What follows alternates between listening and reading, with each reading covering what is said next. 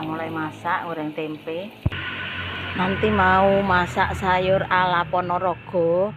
Jadi Mbah Kungi minta ditambahi daun so depan rumah nih. Daun so ini enom-enom.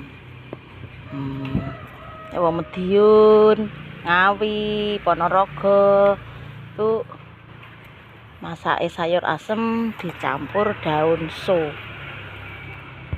Bumbune cuma cemplung, brambang, bawang diirisi, laos, umub, kacang masuk, meduk, cemplungno godhong so asem.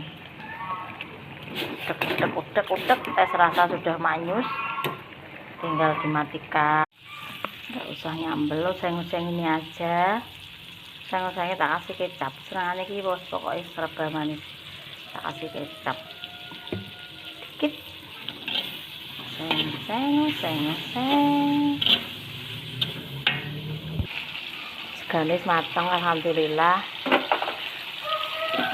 Sambelnya ya tak goreng, bahan sambel tomat. Wis pintas gane.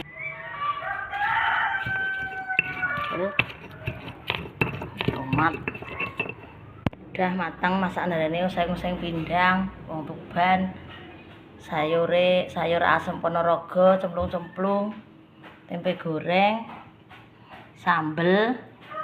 Udah monggo jenengan sami sarapan, kula tak budal makaryo.